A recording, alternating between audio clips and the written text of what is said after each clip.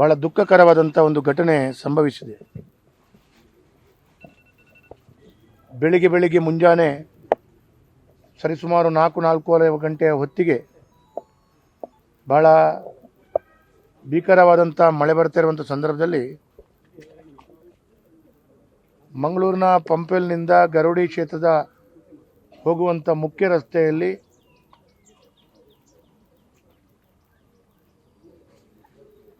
ಒಂದು ಕಂಪೌಂಡ್ ಕುಸಿದು ಹಳೆಯದಾದಂಥ ಮಣ್ಣಿನ ಮನೆಯ ಗೋಡೆ ಇರುವಂಥ ಮನೆಗಳಿಗೆ ಕುಸಿದು ಬಿದ್ದು ಈಗಾಗಲೇ ಬಂದಂಥ ಪೊಲೀಸ್ ವರದಿ ಮತ್ತು ಇನ್ನಿತರ ಜನರ ಅಧಿಕಾರಿಗಳಂತ ತಿಳ್ಕೊಂಡ ಹಾಗೆ 3 ಜನರ ಜೀವಕ್ಕೆ ಅಪಾಯ ಹಾಗೆ ಜೀವ ಹಾನಿಯಾಗಿದೆ ಅಂತೇಳುವಂಥದ್ದನ್ನು ತಿಳ್ಕೊಂಡು ಬಂದಿದೆ. ಇನ್ನೂ ಕೆಲವರಿಗೆ ಪೆಟ್ಟಾಗಿದೆ. ಅದು ಅವರು ಚಿಕಿತ್ಸೆ ಮಾಡುವಂಥ ರೀತಿಯ ಎಲ್ಲ ಕೆಲಸ ಕಾರ್ಯಗಳಾಗ್ತಾ ಇದೆ. ಒಟ್ಟಾರೆ ಈಗಾಗಲೇ ನಾನು ಇನ್ನೂ ಇದಾದ ನಂತರ ಆಸ್ಪತ್ರೆಗೆ ಹೋಗಿ ಭೇಟಿ ಕೊಟ್ಟು ಚಿಕಿತ್ಸೆ ಇರುವಂಥ ಆ ಎಲ್ಲ ಬಂಧುಗಳನ್ನು ಕೂಡ ಅವರ ಆರೋಗ್ಯ ವಿಚಾರಣೆ ಮಾಡುವಂಥದ್ದು, ಅಧಿಕೃತವಾಗಿ ವೈದ್ಯರ ಹತ್ರ ಮಾತಾಡಿಸ್ಕೊಂಡು ಅದರ ಎಲ್ಲ ಸಂಪೂರ್ಣವಾದಂಥ ಮಾಹಿತಿಗಳನ್ನು ತಿಳ್ಕೊಳ್ಳುವಂಥ ಪ್ರಯತ್ನಗಳನ್ನು ಮಾಡ್ತೇನೆ. ಆದರೆ ಒಟ್ಟಾರೆಯಾಗಿ ಹೇಳಬೇಕು ಅಂತೇಳಿ ಆದರೆ ಇದೊಂದು ಹಳೆಯದಾದಂಥ ಒಂದು ಕಂಪೌಂಡ್. ಆ ಕಂಪೌಂಡ್ ದೊಡ್ಡದಾದ ಕಂಪೌಂಡು, ಎಕರೆಗಟ್ಟಲೆ ಇರುವಂಥ ಕಂಪೌಂಡ್ನಲ್ಲಿ ಭಾಳ ಹಳೆಯ ಪುರಾತನವಾದಂಥ ಮಣ್ಣಿನ ಮನೆ ಇರುವಂಥ ಒಂದೇ ಮಾಡಿನಡಿಯಲ್ಲಿ 4 ಮನೆಗಳು, ಸಣ್ಣ ಸಣ್ಣ ಮನೆಗಳು, ಕೂಲಿ ಕಾರ್ಮಿಕರಿಗೆ, ಕಾರ್ಮಿಕ ವರ್ಗದವರಿಗೆ ಉಳ್ಕೊಳ್ಳುವಂಥ ದೃಷ್ಟಿಯಲ್ಲಿ ಇದ್ದಂಥ ಮನೆಗಳು.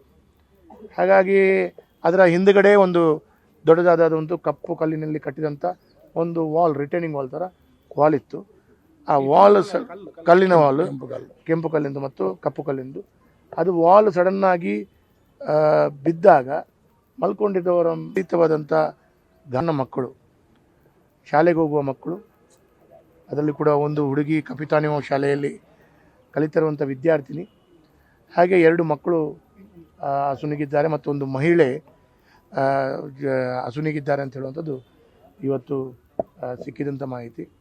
ಈಗಾಗಲೇ ನನಗೆ ಬೆಳಿಗ್ಗೆ ವಿಷಯ ಗೊತ್ತಾದ ಕೂಡಲೇ ನಾನು ಜಿಲ್ಲಾಧಿಕಾರಿಗಳಿಗೆ ಮಾತಾಡಿದ್ದೇನೆ. ಅದಕ್ಕೆ ಜಿಲ್ಲಾಧಿಕಾರಿಗಳು ಸರ್ ನಾನು ಹೋಗ್ತಾ ಇದ್ದೇನೆ, ಇಲ್ಲಿ ಬರ್ತಾ ಇದ್ದೇನೆ ಅಂತ ಹೇಳಿದರು. ಹೋಗಿ ಬಂದ ನಂತರ ಪುನರಪಿ ನಾನು ಜಿಲ್ಲಾಧಿಕಾರಿಗಳು ಮಾತಾಡುವಾಗ ತಕ್ಷಣ ಅದಕ್ಕೆ ಪ್ರಕೃತಿ ವಿಕೋಪದ ಪರಿಹಾರ ಅಂತೂ ಸಿಗುತ್ತೆ, ಕೊಡ್ತಾರೆ. ಅದರಲ್ಲಿ ಕೂಡ ಕೆಲವು ಅವರ ಬ್ಯಾಂಕಿನ ವಿಳಾಸ ಅಥವಾ ಅವರ ಬ್ಯಾಂಕಿನ ಬ್ಯಾಂಕ್ ಅಕೌಂಟ್ ಸರಿಯಾಗಿದೆಯೋ ಇಲ್ಲೋ ಒಬ್ಬರದ್ದು ಇಲ್ಲ ಅಂತ ಹೇಳುವಂಥದ್ದಿದೆ. ಇದನ್ನೆಲ್ಲವನ್ನು ಗಮನಿಸಿಕೊಂಡು ಅವರಿಗೆ ಪ್ರಕೃತಿ ವಿಕೋಪದ ಪರಿಹಾರವನ್ನು ಕೊಡುವಂಥ ಕೆಲಸ ಕಾರ್ಯಗಳಂತೂ ಮಾಡ್ತಾರೆ. ಆದರೆ ಒಟ್ಟು ಆದಂಥ ಘಟನೆಗಳಲ್ಲಿ ಅವರು ಕೂಲಿ ಕಾರ್ಮಿಕರು ಅಥವಾ ಬೇರೆ ಕಾರ್ಮಿಕ ವರ್ಗದವರು ಎಲ್ಲೆಲ್ಲಿ ಕೆಲಸ ಮಾಡ್ತಾಯಿದ್ರು, ಅವರು ಕಾರ್ಮಿಕ ವರ್ಗದ ಇಲಾಖೆಯೊಂದಿಗೆ ನೋಂದಣಿ ಮಾಡಿಕೊಂಡು ಅದರಿಂದ ಯಾವುದಾದ್ರೂ ರೀತಿಯ ಪ್ರಯೋಜನಗಳನ್ನು ಪಡ್ಕೊಳ್ಬೋದಾ, ಅಥವಾ ಪ್ರಾವಿಡೆಂಟ್ ಫಂಡ್ ಇಲಾಖೆ ವತಿಯಿಂದ ಅಥವಾ ಬೇರೆ ರೀತಿಯ ಇಲಾಖೆ ವತಿಯಿಂದ ಅವರಿಗೆ ಇನ್ನಿತರ ಅವರು ಕಾರ್ಮಿಕರ ಕಡೆ ಯಾವ ರೀತಿಯ ಲಾಭವನ್ನು ಮಾಡಿಕೊಳ್ಬೋದು ಅಂತೇಳಿ ಕೂಡ ಅದನ್ನು ಕೂಡ ನಾನು ಅಧಿಕಾರಿಗಳ ಹತ್ರ ಈಗಾಗಲೇ ಮಾತಾಡಿದ್ದೇನೆ. ಇನ್ನು ಪುನರಪಿ ಕೂಡ ನಾನು ಸಂಪೂರ್ಣವಾದಂಥ ಮಾಹಿತಿಗಳನ್ನು ತಿಳ್ಕೊಂಡು ಅವರಿಗೆ ಹೆಚ್ಚಿನ ಪರಿಹಾರವನ್ನು ದೊರಕಿಸಿಕೊಡುವಂಥ ದೃಷ್ಟಿಯಲ್ಲಿ ನಾನು ಕೂಡ ಸ್ಥಳೀಯ ಶಾಸಕನಾಗಿ ನಾನು ನನ್ನ ಸಂಪೂರ್ಣ ಪ್ರಯತ್ನಗಳನ್ನು ಮಾಡ್ತೇನೆ.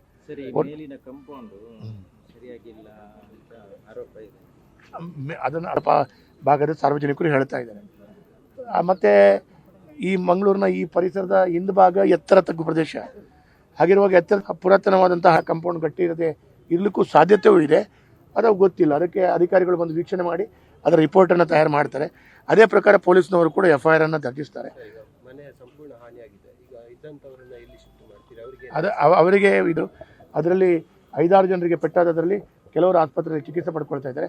ಇನ್ನು ಕೆಲವರಿಗೆ ಏನೂ ಪೆಟ್ಟಾಗಿಲ್ಲ.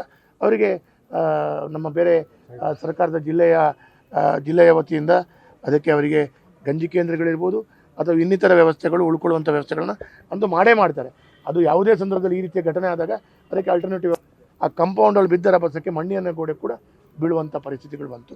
ಒಟ್ಟಾರೆ ಆಗಬಾರ್ದಾದಂಥ ಒಂದು ನಮಗೆಲ್ಲರಿಗೂ ದುಃಖ ಇದೆ.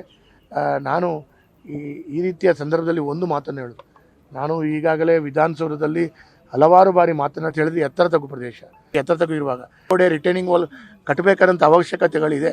ಹಾಗಾಗಿ ಆ ಹೆಚ್ಚು ಕಡೆಗಳೇ ಅದರಲ್ಲಿ ಕೂಡ ಖಾಸಗಿಗಳಲ್ಲಿ ಕೊಡಲಿಕ್ಕೆ ಬರುವುದಿಲ್ಲ. ಆದರೂ ಕೂಡ ಸರ್ಕಾರದ ಹಕ್ಕುಪತ್ರ ಮನೆಗಳಿರುವಂಥದ್ದು ಇಂಥ ಜಾಗದಲ್ಲಿ ಆ ರಿಟೈನಿಂಗ್ ವಾಲ್ ಸರ್ಕಾರದೇ ಆಗಿರ್ತದೆ.